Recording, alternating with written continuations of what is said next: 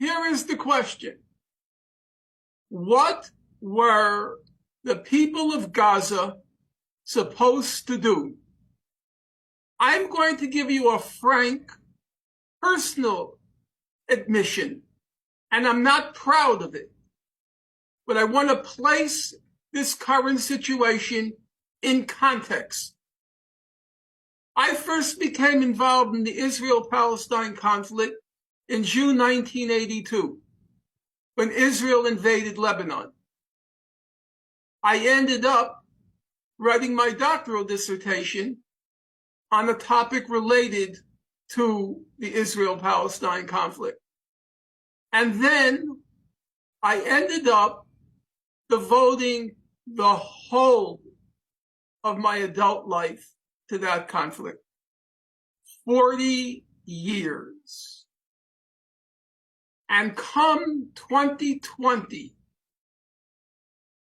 even I gave up. I started to write about other subjects. I thought the situation was hopeless. Mm-hmm. And there was a lot of guilt stirred up inside me because I realized I was abandoning a people trapped in a concentration camp. Now, I don't want to be emotive. I don't want to be dramatic. However, it behooves me to say both my parents were in concentration camps during World War II. My mother was in Majdanek concentration camp. My father was in Auschwitz concentration camp. And I was riddled with guilt that people facing circumstances like my parents, and I had abandoned them. So, if even I had abandoned them, not making any claims to sainthood, but simply the fact that I invested 40 years of my life in that conflict and finally had to resign myself to the fact that nothing could be done. So, does it really surprise you?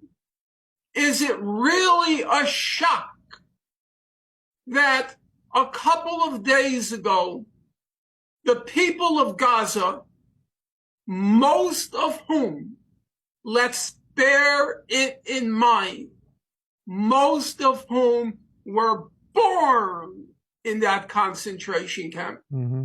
They were born into it. Does it really shock you that they would do something desperate to break free of that concentration camp? Mm. And who dare criticize whatever tactics they employ?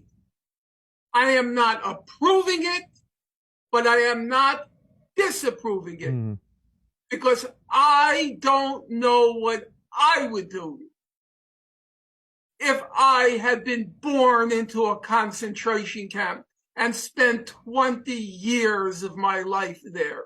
Now, periodically, Israel launches these brutal, merciless, criminal assaults on Gaza. There are so many of them that literally I can't remember all the names, but at least two might be familiar to your listeners. In 2007, Israel launched Operation Cast Lead. It went from December 26, 2008 to January 17th, 2009. Amnesty International published a report on that, a large report on that assault. They called the report 22 Days of Death and Destruction. Israel killed about 1,400 people including 350 children. It demolished, it flattened 6,000 homes. Then I'm going to skip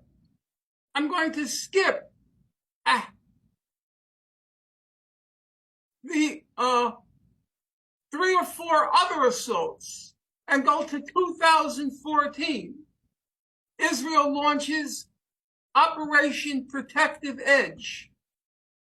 It kills 550 Palestinian children. It demolishes 18,000 homes. Peter Maurer, he was the president of the International Committee of the Red Cross.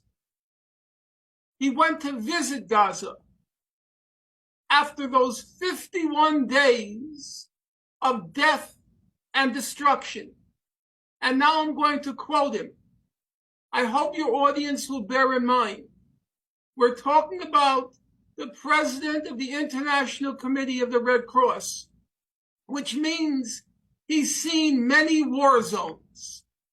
Indeed, his job is to visit war zones. And this is what he had to say after Israel's Operation Protective Edge. Quote, I've never seen such massive destruction ever before.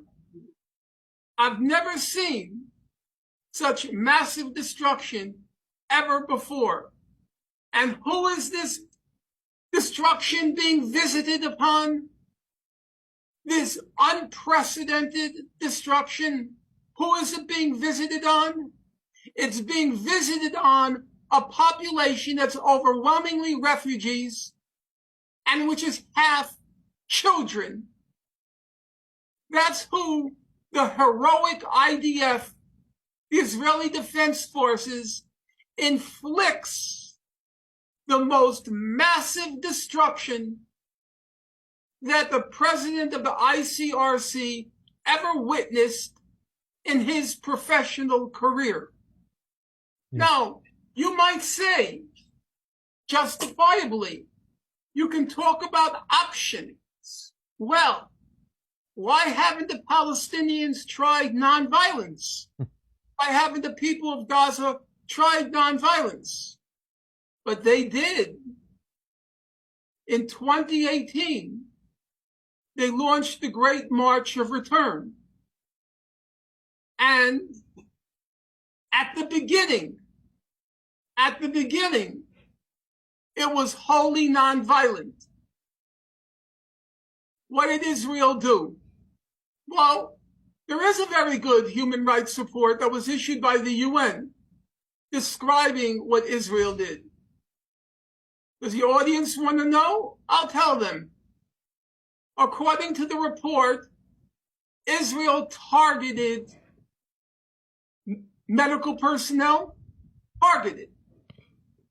It targeted journalists. It targeted people with physical disabilities. What were the snipers targeting? They were targeting kneecaps and below. So, let's go back to the basic question. What were they supposed to do?